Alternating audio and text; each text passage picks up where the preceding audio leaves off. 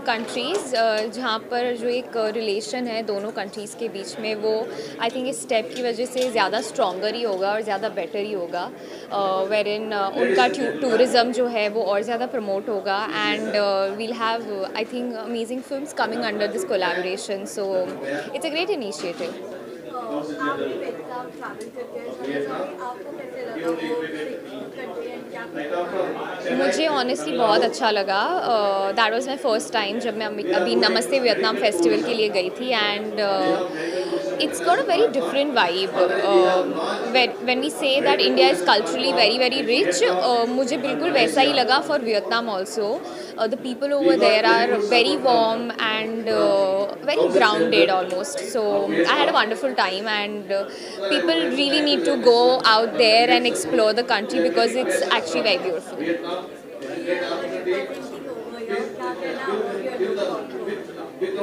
I don't know. I mean, I'm just wearing a simple suit.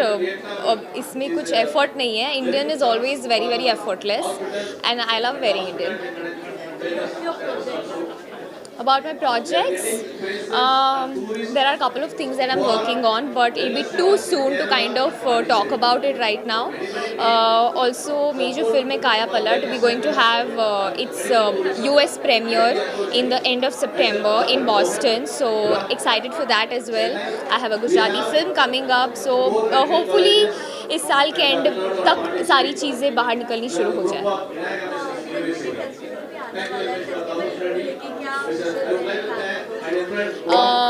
खूब enjoy कीजिए, खूब मज़े कीजिए and may Bappa bless us all with lots of happiness and all is blessings and that's it. Thank you. This is a historic moment. This is the first time in history that India and Vietnam are collaborating together to make. Please, Captain sir, please. So yeah.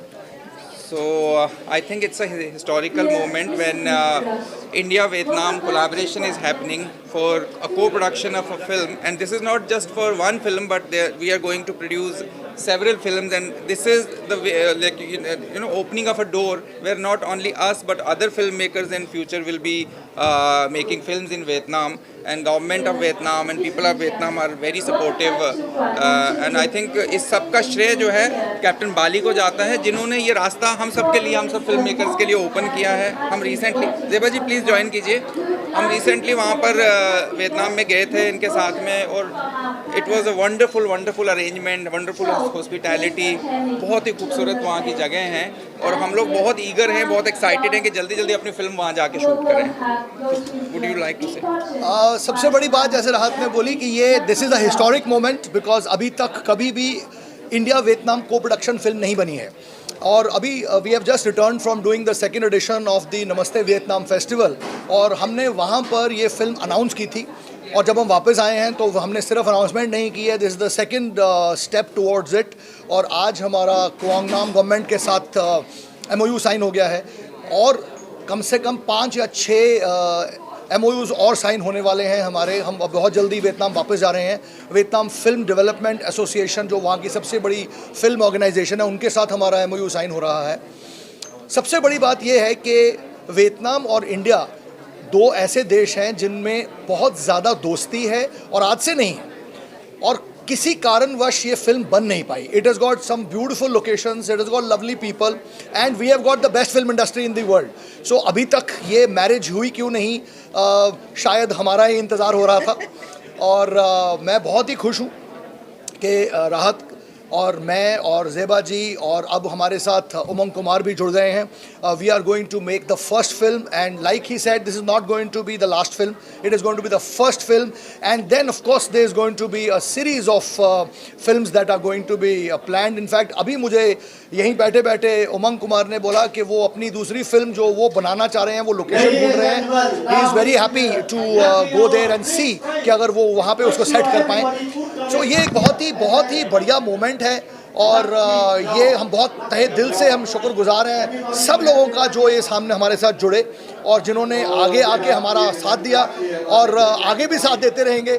एक बहुत बड़े actor से भी बात चल रही है, तो अभी हम वो अनाउंस नहीं कर सकते हैं, लेकिन बहुत जल्दी हम अनाउंस करेंगे.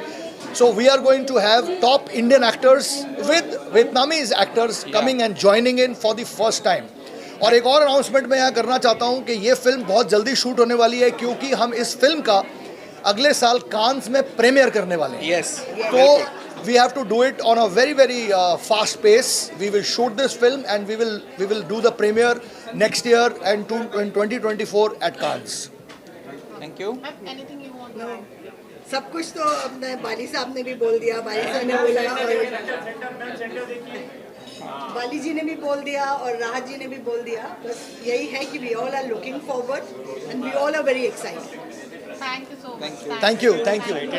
अभी कुछ हाँ, so we are very excited. पिछले महीने हमारी फिल्म वियतनाम में स्क्रीन हुई थी एज क्लोजिंग फिल्म, और इंडिया की फिल्में अब वियतनाम में जाने की शुरुआत हो रही है. और इंडिया और वियतनाम का जो कोलैबोरेशन है ये बहुत ही कमाल की बात है, क्योंकि अभी से पहले हुआ नहीं.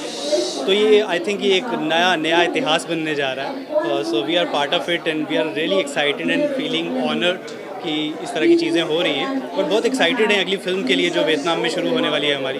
सो we are very happy. Thank you. आपके वियतनाम के एक्सपीरियंस के बारे में क्या कुछ कहना चाहोगे? कैसा एक्सपीरियंस था? आपने पर्सनली कितना एंजॉय किया? बहुत ओवरवेल्म, बहुत ही कमाल का एक्सपीरियंस था.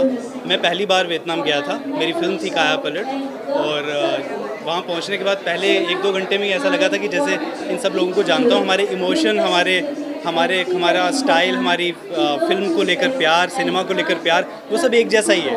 भले ही हम अलग जगहों पे रहते हैं, तो ऐसा वो कनेक्शन है, वो इमोशंस हैं. उसकी वजह से ऐसा लगा नहीं कि हम किसी नई जगह पे हैं. और बहुत ही मज़ा आया. बहुत ही ज़्यादा सपोर्ट वहाँ के लोगों ने किया. जब हमारी फिल्म काया पलट वहाँ पर स्क्रीन हुई थी, पूरा हाउसफुल था और लोग बहुत ही एक्साइटेड थे फिल्म के लिए, और एक इंडियन फिल्म के लिए जो सबटाइटल करके चला रहे हैं.